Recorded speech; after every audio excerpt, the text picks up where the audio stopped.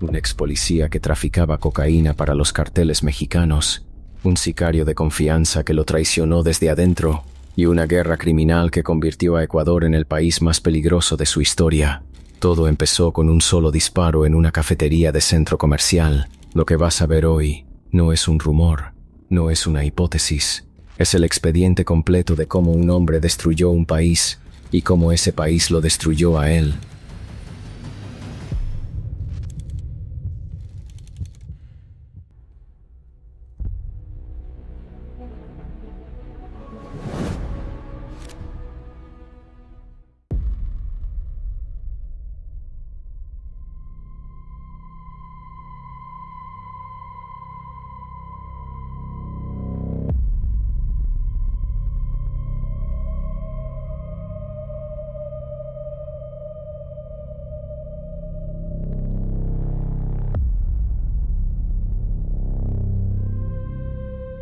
El 28 de diciembre de 2020, a las 6 de la tarde, 7 balas atravesaron el aire acondicionado de una cafetería en el Mall del Pacífico, en la ciudad portuaria de Manta, Ecuador. Afuera, la gente hacía sus compras de fin de año. Adentro, un hombre de 39 años se desplomó sobre la mesa antes de que nadie pudiera reaccionar. Su nombre era Jorge Luis Zambrano González. En los archivos del crimen organizado ecuatoriano, ese nombre no significaba nada para el ciudadano común. Pero en las calles de Guayaquil, en las cárceles del país, en las oficinas de inteligencia de 3 países, ese nombre lo significaba todo. Alias JL, alias Rasquiña, el líder máximo de los choneros, la banda criminal más grande que Ecuador había producido en toda su historia. 7 disparos, una sola víctima, ningún testigo que hablara. 3 procesados en los meses siguientes, 3 liberados y una investigación que nunca llegó a ningún lado. Al menos, no en los tribunales. Lo que sí quedó absolutamente claro, años después, cuando los chats cifrados del narcotraficante Leandro Norero cayeron en manos de la Fiscalía en el llamado caso Metástasis, es que detrás de ese disparo había una cadena de decisiones, dinero, traiciones y cálculos fríos que se remontaban a meses atrás. Y en el centro de esa cadena había un hombre que en ese momento todavía no era famoso. Un hombre que había nacido en una parroquia costera de 20,000 almas, que había intentado entrar a la Armada del Ecuador y había fracasado, y que a sus 30 y pocos años ya controlaba pistas de aterrizaje clandestinas, una nómina de policías corruptos y una línea directa con el cartel de Sinaloa.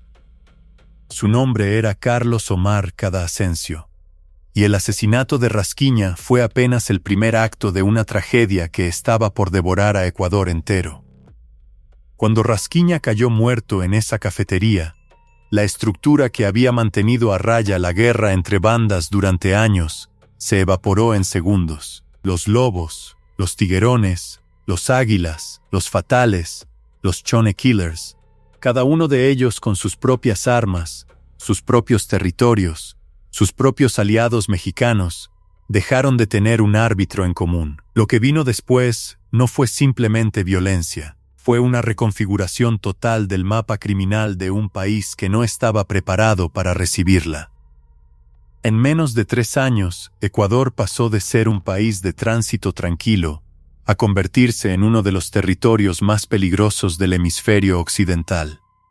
Las calles de Guayaquil se vaciaban antes de que cayera la noche. Los colegios recibían amenazas de extorsión a nombre de bandas que exigían cuotas semanales. Las cárceles del país ardieron literalmente, con masacres que dejaban decenas de muertos en patios que el Estado había abandonado hace tiempo. Y en los mercados internacionales del narcotráfico, Ecuador dejó de ser mencionado como un destino y empezó a ser mencionado como un problema. Todo eso, con un solo hombre como detonante. Un hombre que había calculado cada movimiento con la frialdad de quien sabe exactamente lo que tiene entre manos. Un hombre que entregó información explosiva a las autoridades y la vio caer en las manos equivocadas. Un hombre que sobrevivió 2 atentados en 15 días antes de que su propio círculo íntimo le pusiera fin. Esta es la historia de Carlos Cada. No la historia que los medios contaron. La historia completa, con todos sus engranajes, todas sus traiciones y todo el peso de lo que dejó atrás. Hay países que producen instituciones y hay países que producen a Carlos Cada. La diferencia entre los dos no está en la geografía, está en lo que el Estado decidió ignorar durante décadas. Lo que viene ahora es peor de lo que imaginas.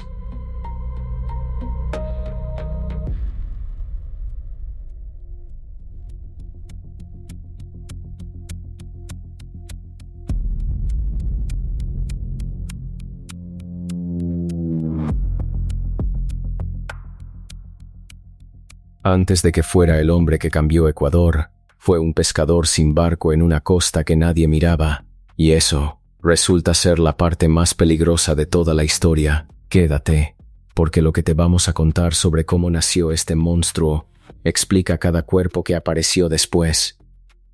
Para entender a Carlos Cada, hay que entender primero el territorio que lo produjo. Chanduy.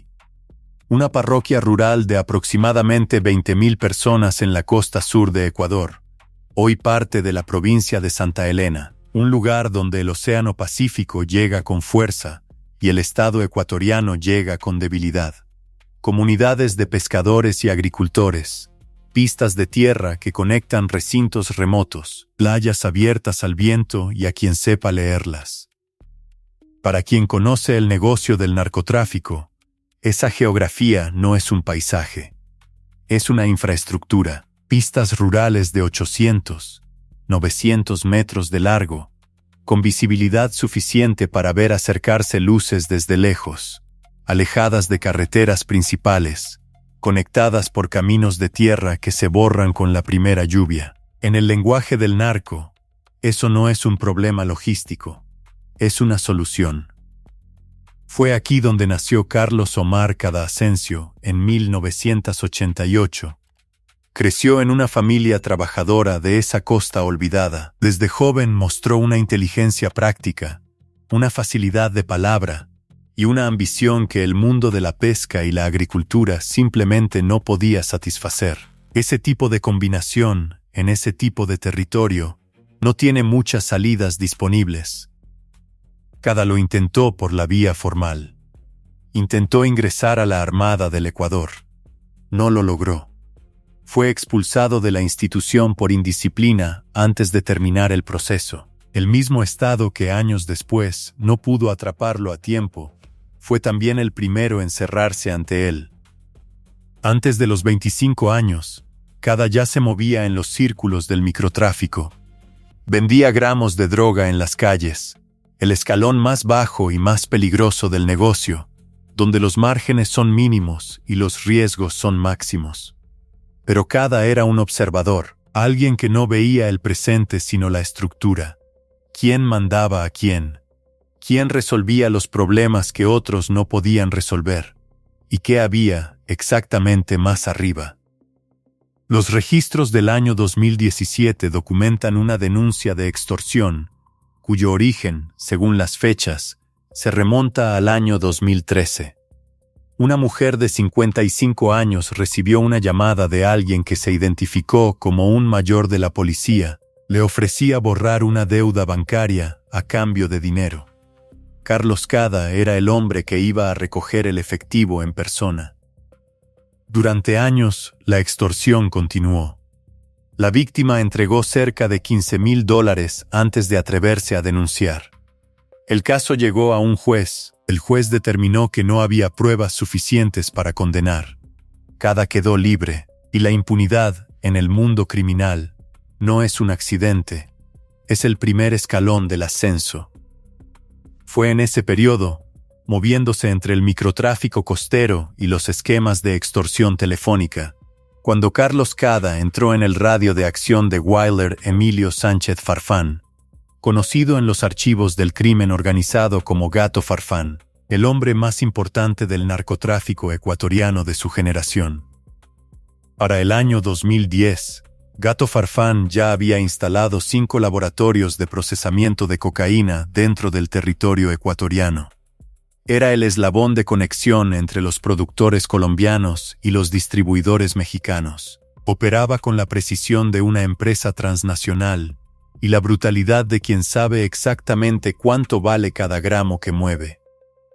Su primer gran tropiezo llegó el 6 de junio de 2013, en el operativo Galaxia. Fue capturado junto a Telmo Castro, un ex capitán del ejército ecuatoriano que fungía como enlace del cartel de Sinaloa, mientras intentaban enviar casi media tonelada de cocaína a México desde una pista clandestina en el Empalme Guayas. Gato Farfán recibió una condena de 4 años. 4 años. Para el hombre que controlaba 5 laboratorios de cocaína y una ruta directa al cartel de Sinaloa. 4 años. Y en enero de 2016, salió en libertad gracias a un cuestionado beneficio de prelibertad. Desde ese momento, Gato Farfán operó desde la clandestinidad y se convirtió, según el Departamento del Tesoro de los Estados Unidos, en uno de los narcotraficantes más importantes del mundo. Era el enlace directo entre Ecuador y el cartel de Sinaloa, específicamente con Ismael El Mayo Zambada, y posteriormente también con el cartel Jalisco Nueva Generación. Transportaba cocaína desde los laboratorios del sur de Colombia hasta Guayaquil, y desde ahí la enviaba por tierra, aire y mar hacia Centroamérica, México y los Estados Unidos. Para manejar ese volumen de operaciones, Gato Farfán necesitaba una red terrestre confiable. Operadores que conocieran los territorios específicos, que tuvieran contactos dentro de las instituciones del Estado, que pudieran resolver problemas sin hacer preguntas y sin dejar rastros. Fue en ese contexto que Carlos Cada entró a la estructura. Cada lo tenía todo.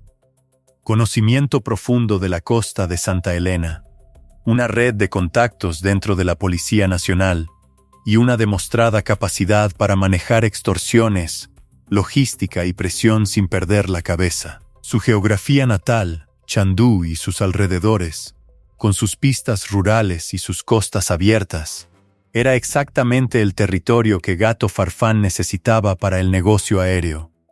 La alianza era casi inevitable. Cada empezó a escalar dentro de la estructura con una velocidad que sorprendió incluso a quienes lo observaban desde adentro. Gato Farfán valoraba 2 cosas por encima de todo: la lealtad y la eficiencia. Cada demostraba ambas con cada encargo que completaba. En menos de 4 años, había llegado a un nivel que pocos alcanzaban. Se le permitió participar directamente en negociaciones con los contactos mexicanos de su jefe, y fue en una de esas reuniones, según inteligencia policial, donde un narco mexicano conocido como El Viejo le hizo una propuesta que cambiaría la historia del Ecuador. Hay un momento en la vida de cada hombre que decide en qué clase de historia va a vivir. Carlos Cada tuvo ese momento y lo reconoció perfectamente. Lo que no reconoció, porque nadie lo reconoce a tiempo, es que ese tipo de historia solo tiene un final posible, y ese final ya estaba escrito desde el primer día.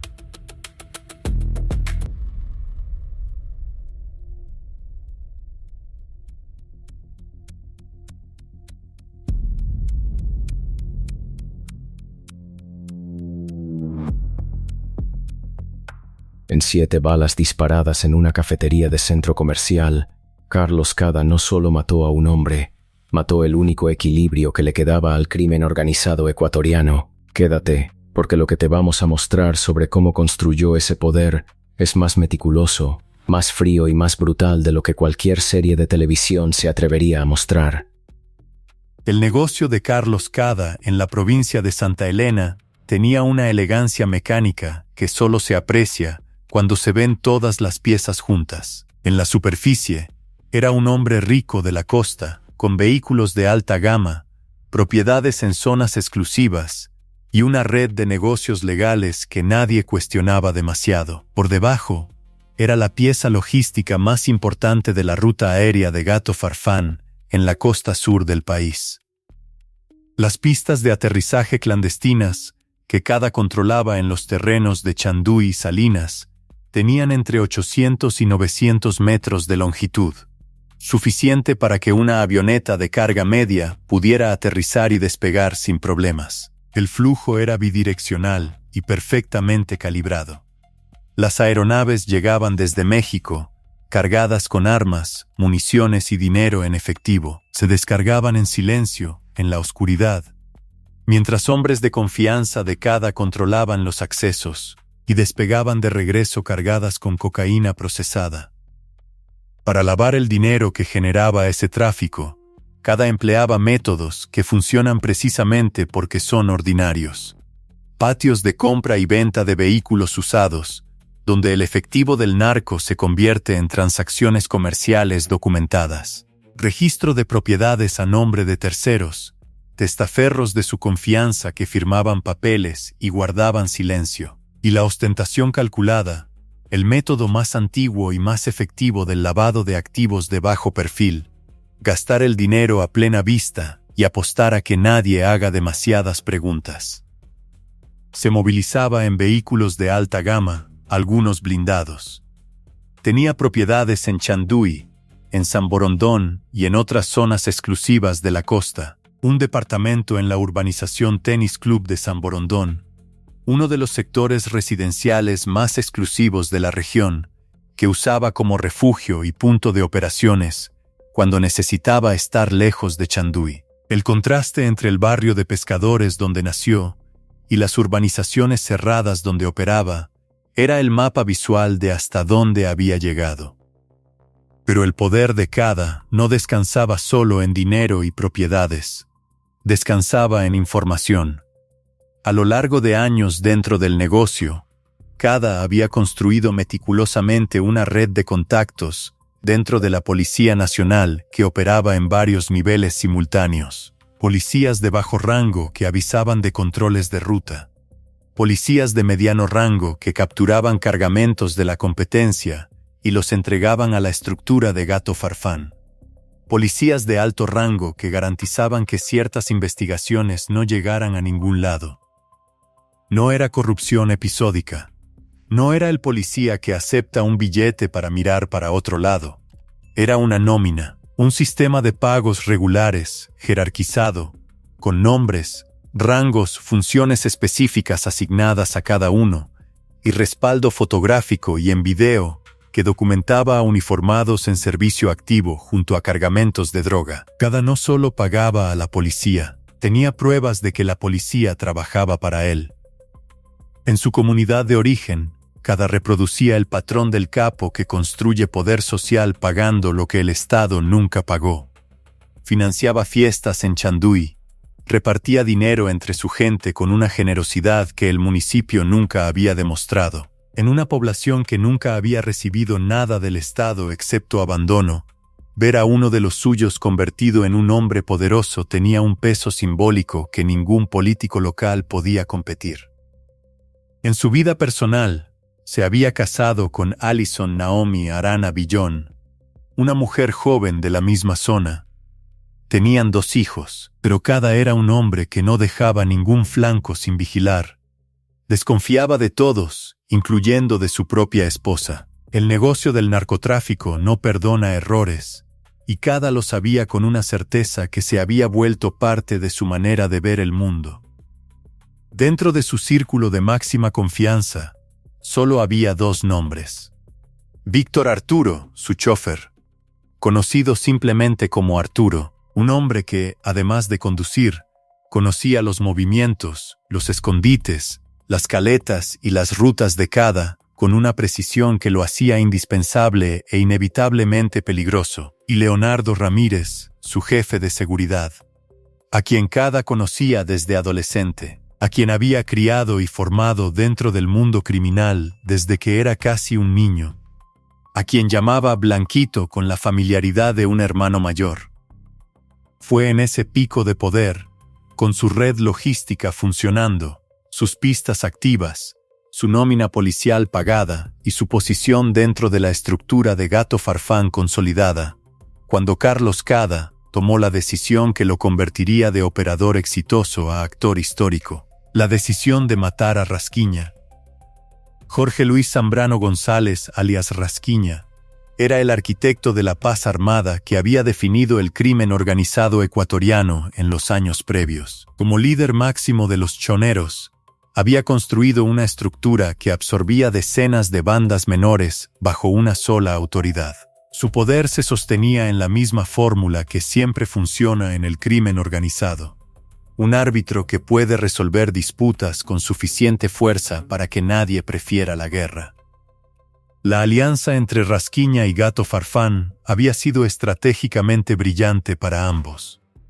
Los choneros proveían músculo local, control territorial, capacidad de reclutamiento y red de distribución interna. Gato Farfán proveía las conexiones internacionales, el volumen de cocaína y el dinero de los carteles mexicanos.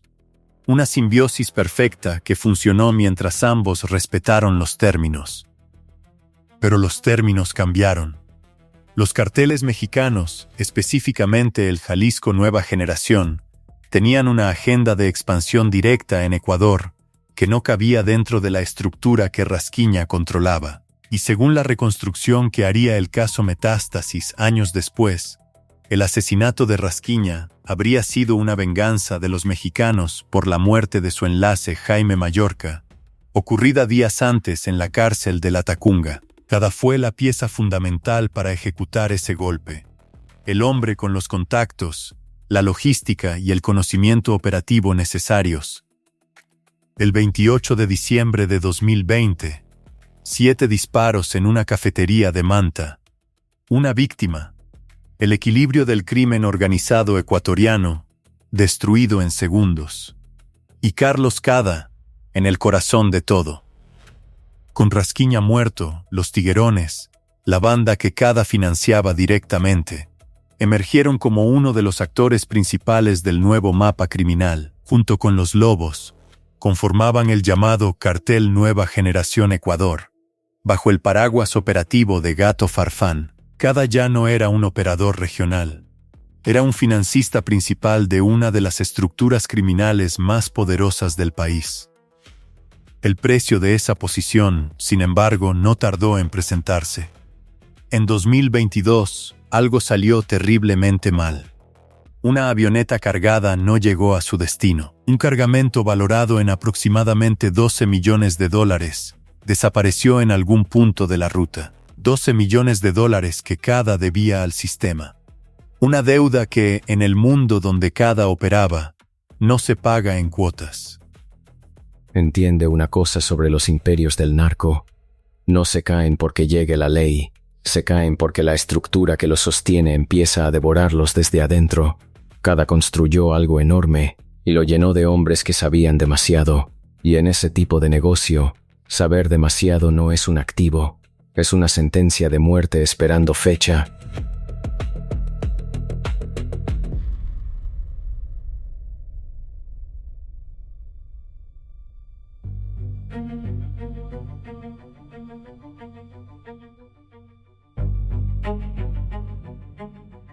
Un hombre con una bala en la cabeza, recuperándose en un hospital privado, mientras un segundo equipo de sicarios armados con fusiles sube por los ascensores para rematarlo.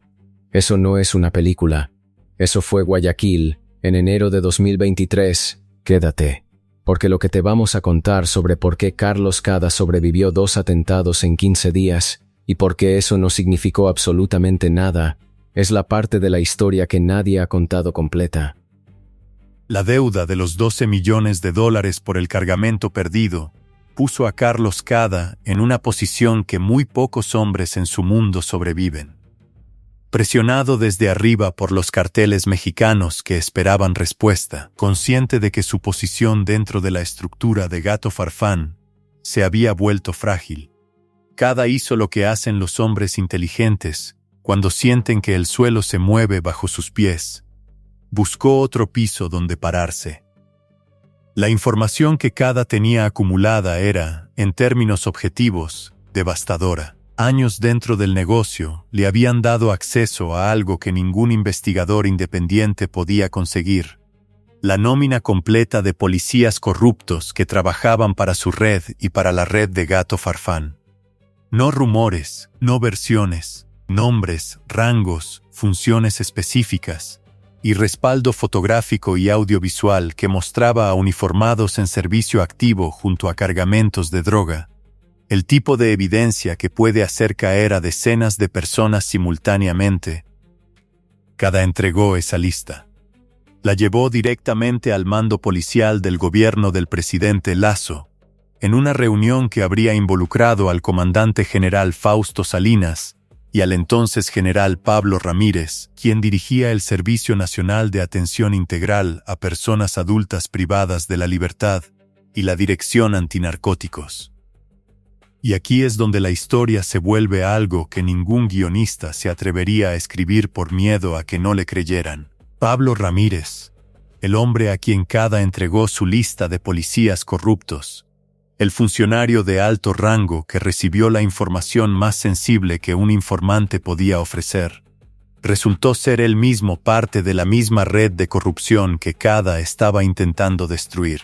En noviembre de 2024, Pablo Ramírez fue condenado a 9 años de prisión en el marco del caso Metástasis, por favorecer al narcotraficante Leandro Norero. La información de Cada no llegó a los fiscales honestos. No llegó a los investigadores que la habrían sabido usar. Se perdió en las profundidades de un sistema que estaba tan infiltrado como el que Cada intentaba denunciar. Y lo que sí llegó, con una eficiencia que contrasta brutalmente con la ineficiencia del Estado para perseguir criminales, fue la alerta de que Cada había hablado. Y esa alerta llegó exactamente a donde no debía llegar, de regreso al crimen organizado. El crimen organizado tiene una sola respuesta para los que hablan. Y esa respuesta no admite negociación, no admite apelaciones, no admite segundas oportunidades. El 6 de enero de 2023 era Día de Reyes. Carlos Cada se movilizaba por la concurrida avenida Miguel Alcíbar, en el sector norte de Guayaquil, dentro de un vehículo blindado de alta gama valorado en más de $180,000. Era la clase de precaución que toman los hombres que saben que tienen enemigos poderosos. No fue suficiente. Desde motocicletas y vehículos que lo seguían en formación, un equipo de sicarios abrió fuego con fusiles de largo alcance. Los peritos balísticos recogerían después casi un centenar de casquillos en la escena. El blindaje del vehículo resistió la mayoría de los impactos, pero una bala encontró el ángulo justo. Penetró, y Carlos Cada llegó al Omni Hospital de Guayaquil con una herida en la cabeza, consciente pero en riesgo real. El chofer Arturo actuó sin que nadie se lo pidiera. Mientras los médicos estabilizaban a su jefe, recogió en silencio a toda la familia de Cada, Allison, los 2 hijos, los suegros, los padres, los trasladó a una finca en las afueras de Guayaquil. Los sacó del radar antes de que alguien pudiera usarlos como palanca de presión. No era un hombre que esperaba instrucciones. Era un hombre que entendía exactamente en qué clase de guerra estaban. El jefe de seguridad, alias Blanco, negoció con los directivos del hospital para que el equipo de seguridad de Cada pudiera ubicarse en posiciones estratégicas dentro de las instalaciones. Guardias en los ascensores, guardias en los pasillos, guardias en los accesos, un anillo de protección dentro de un hospital privado de Guayaquil, como si fuera un búnker. No fue suficiente tampoco. 5 días después del primer ataque, a las 4 de la mañana del 11 de enero, un segundo equipo de sicarios ingresó al Omni Hospital armado con fusiles. Iban directamente por Cada. Lo que siguió fue un enfrentamiento armado dentro de una clínica privada de Guayaquil, una imagen que en cualquier otro contexto parecería imposible. El anillo de seguridad de Cada resistió y repelió el ataque. En uno de los ascensores del hospital, el líder del equipo atacante murió. Era quien iba directamente por Cada. 2 sicarios fueron detenidos por la policía, un colombiano y un venezolano, que quedaron bajo prisión preventiva. Carlos Cada sobrevivió por segunda vez. Pero sobrevivir 2 atentados en una semana y media no era una victoria. era un aviso. La pregunta ya no era si iban a matarlo. La pregunta era cuándo, dónde y quién iba a abrir la puerta para que entraran. Al día siguiente del segundo atentado, Cada tomó la decisión de abandonar el hospital. Quedarse era esperar una tercera oportunidad que sus enemigos no iban a desperdiciar. Ordenó que en la finca donde ya estaban su familia y sus hombres de seguridad, se improvisara una sala de cuidados intensivos, equipos médicos, medicamentos, personal especializado, todo trasladado al campo para que él pudiera continuar su recuperación lejos de la ciudad y lejos de los ojos del enemigo. La finca estaba en el sector Baquerano, en el cantón Pedro Carbo, provincia de Guayas. Aproximadamente 45 minutos de la cabecera cantonal, en una zona rural y relativamente aislada. Una propiedad de 3 plantas construida en una loma, con visibilidad suficiente para ver aproximarse vehículos desde lejos. Era el escondite perfecto. O eso creía Cada. Dentro de esa finca se refugiaron todas las personas más cercanas a Cada. Allison y sus 2 hijos, uno de 7 años y otro de poco más de 1 año. Los padres de Cada, sus suegros, personal de cocina y limpieza, los 6 hombres de seguridad bajo el mando de Blanco, y Arturo, el chofer. Aproximadamente 10 personas viviendo en aislamiento total. Nadie salía por miedo, nadie entraba por desconfianza. El aislamiento, que era su protección, se convirtió también en su vulnerabilidad más concreta. Las provisiones con las que no habían contado para una estadía prolongada comenzaron a agotarse. Una familia que movía millones de dólares en cocaína enfrentó por primera vez el problema más elemental que existe. No había suficiente comida para todos. El único autorizado para salir era Arturo. Con la discreción que lo definía, el chofer hacía viajes cada 2 días para abastecer la finca. Provisiones para 10 personas, compradas de manera que no levantaran sospechas, pagando en efectivo, sin rutina fija, variando los lugares y los horarios. Era el único hilo que conectaba ese escondite con el mundo exterior.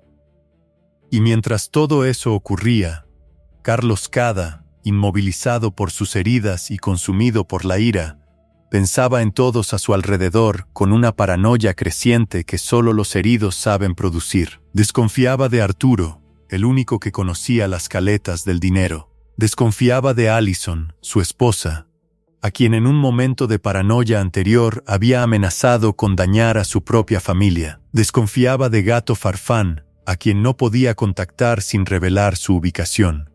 Y desconfiaba, aunque lo enterraba en lo más profundo, de Blanco. Hay una ironía específica en la historia de Carlos Cada que vale la pena nombrar en voz alta.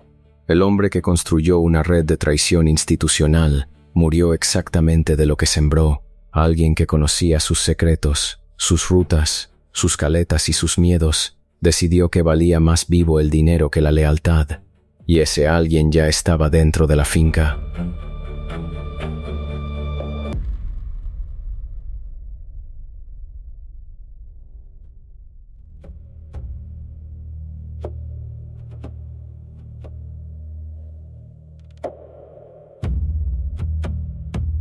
A las 4 de la mañana, en una finca rodeada de oscuridad, 6 guardias armados apuntaron sus armas hacia adentro en lugar de hacia afuera y le gritaron al hombre más peligroso de la costa ecuatoriana que se tirara al suelo.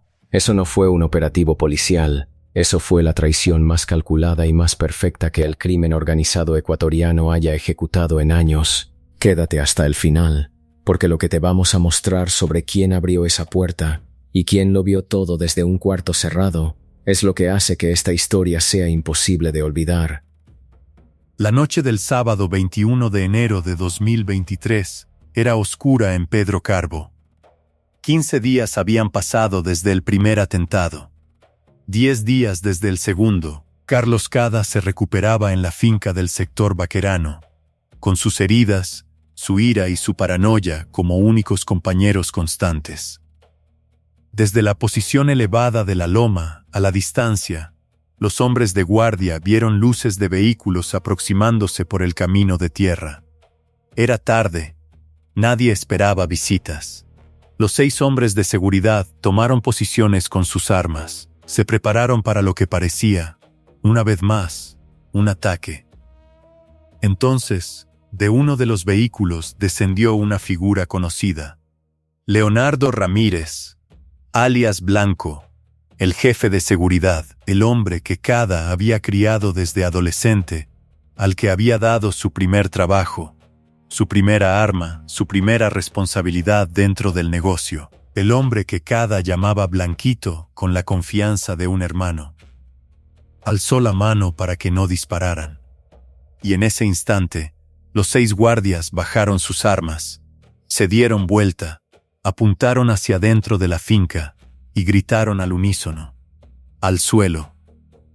La traición fue perfecta en su ejecución, porque había sido planificada con tiempo, con detalle y con la información privilegiada que solo alguien del círculo más íntimo de Cada podía tener.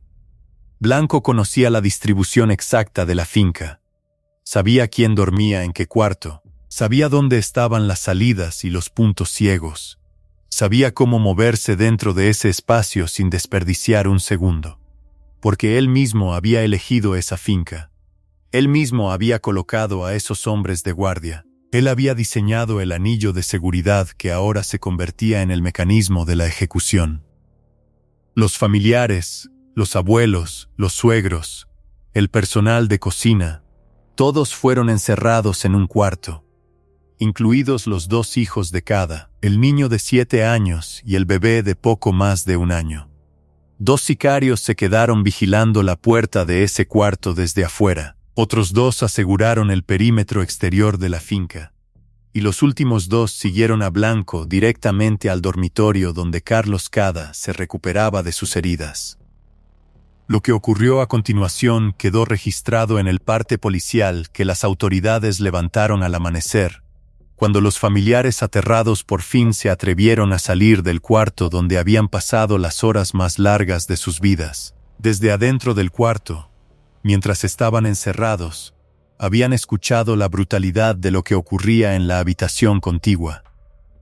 3 disparos para Carlos Cada y una ráfaga de fusil para Alison Naomi Arana Villón, que gritó e intentó huir. La mujer que había seguido a su marido en la huida sin hacer preguntas, que había aguantado el encierro, el hambre y el miedo, que nunca supo que su propio esposo había amenazado con dañar a miembros de su propia familia en el pasado. Murió junto a él en esa habitación con una brutalidad que el parte policial describe con la frialdad clínica de quien ha visto demasiado. Víctor Arturo, el chófer, el hombre que había evacuado a la familia sin que nadie se lo pidiera, el hombre que había abastecido la finca durante semanas con discreción y eficiencia, fue torturado por Blanco para que revelara las ubicaciones de las caletas del dinero de Cada. Luego, el silencio. Cuando terminó todo, los atacantes, varios de ellos vestidos con uniformes de la Policía Nacional, tomaron las llaves de todos los vehículos de la finca para que nadie pudiera pedir ayuda, y se marcharon en la oscuridad del campo antes de que amaneciera. Las autoridades llegaron muchas horas después. Encontraron la escena, levantaron los partes, tomaron declaraciones, y entre las declaraciones que tomaron ese día, hubo una que ningún investigador olvidó. El hijo mayor de Cada, de 7 años, encerrado en ese cuarto durante toda la noche con los adultos aterrados, había visto por la rendija de la puerta lo que ocurría al otro lado. Lo que ese niño declaró a los policías quedó registrado en el expediente. Señaló al culpable. Nombró al hombre que su padre había criado como a un hijo y que había entrado esa noche como verdugo.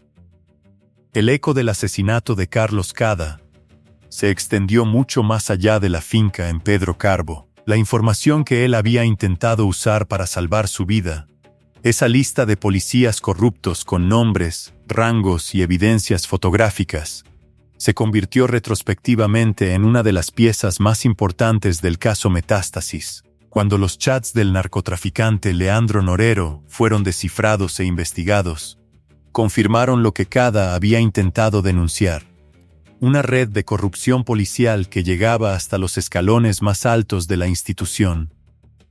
La Embajada de los Estados Unidos retiró visas a generales de la Policía Nacional Ecuatoriana por vínculos con el narcotráfico. En noviembre de 2024, el general Pablo Ramírez, el mismo hombre a quien Cada había entregado su información, fue condenado a 9 años de prisión, y según las investigaciones en curso, algunos de los policías que aparecían en la lista de Cada siguen trabajando en las filas de la institución. En cuanto a Gato Farfán, el hombre que fue el jefe y mentor de Carlos Cada, continuó operando desde la clandestinidad. Designado por el Departamento del Tesoro de los Estados Unidos como uno de los narcotraficantes más importantes del mundo, su nombre sigue apareciendo en los reportes de inteligencia regional como una presencia activa en el tráfico de cocaína entre Colombia, Ecuador y los mercados del norte. La muerte de Cada no perturbó su operación. Los operadores son reemplazables. Las rutas no. Cuando el polvo se asienta después de una historia como esta, lo primero que uno quiere hacer es encontrar el momento exacto en que todo pudo haber sido diferente. El momento en que alguien podría haber intervenido, pero en el Ecuador que produjo a Carlos Cada, ese momento nunca existió, porque el sistema que lo creó es el mismo sistema que lo dejó operar, el mismo que recibió su información y la enterró, y el mismo que sigue funcionando hoy con el nombre de sus reemplazantes.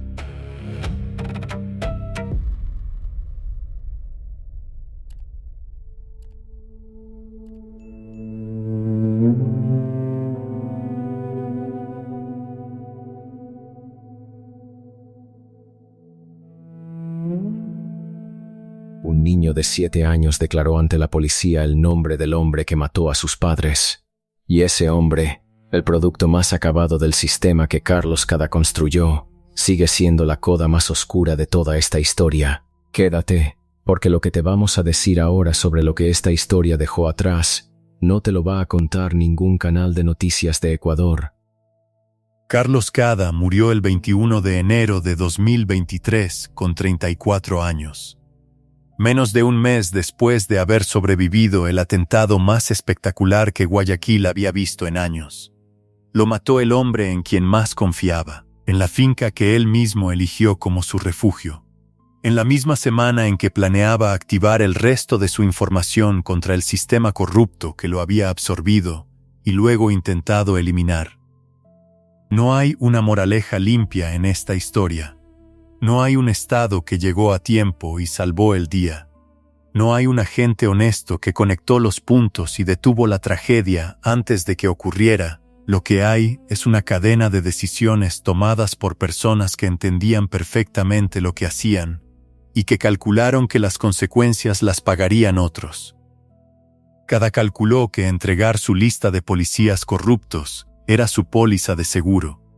Calculó mal quién era el hombre sentado al otro lado de la mesa.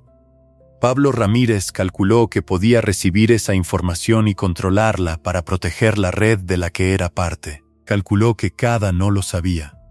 Blanco calculó que la lealtad a quien más pagaba valía más que la lealtad a quien lo había criado. Calculó correctamente en el corto plazo. El largo plazo es una categoría que el crimen organizado raramente alcanza a procesar. La historia de Ecuador no se detuvo con la muerte de Cada. El país que él ayudó a transformar siguió su propia trayectoria con una inercia que ya no necesitaba de ningún individuo en particular para mantenerse. Las tasas de homicidios siguieron subiendo, las cárceles siguieron ardiendo. Los carteles mexicanos siguieron expandiendo su presencia directa en el territorio. Y el Estado ecuatoriano siguió descubriendo, caso por caso, cuánto más profundo llegaba la corrupción de lo que cualquier auditoría oficial había querido ver. El caso Metástasis reveló algo que Cada ya sabía desde adentro, que la frontera entre el Estado y el crimen organizado en Ecuador no era una línea, era un gradiente, una zona gris donde uniformados, funcionarios, jueces y fiscales operaban en el mismo espectro que los narcotraficantes, a quienes formalmente perseguían. Cadano rompió ese sistema. Fue parte de él, y cuando intentó usarlo para salvarse, descubrió que el sistema siempre termina protegiendo al sistema. Gato Farfán sigue operando. Los tiguerones siguen operando. Las pistas clandestinas de la costa de Santa Elena han sido interrumpidas ocasionalmente por operativos policiales que, en algunos casos, terminaron beneficiando a los mismos traficantes que decían perseguir. La información que Cada entregó en aquella reunión con el mando policial sigue siendo, según fuentes cercanas a la investigación, un expediente que nadie ha querido reabrir del todo. Y en algún lugar de Ecuador, el niño que tenía 7 años la noche del 21 de enero de 2023 está creciendo con la declaración que le hizo a un policía como el primer recuerdo político de su vida. Creció viendo por la rendija de una puerta lo que produce el sistema que su padre construyó. Lo que haga con eso es la única parte de esta historia que todavía no está escrita. Hay países que producen instituciones capaces de contener a sus Carlos Cada, y hay países que los producen, los alimentan, los dejan crecer y luego fingen sorprenderse cuando los cuentan entre sus muertos. Ecuador no es el único, es simplemente el que tiene los números más honestos. Lo que esta historia deja no es la tumba de un narcotraficante, es el plano de un sistema que sigue funcionando, con nombres nuevos, con rutas nuevas, y con la misma certeza de siempre, que quien sabe demasiado, tarde o temprano deja de ser un problema para convertirse en un número en un parte policial.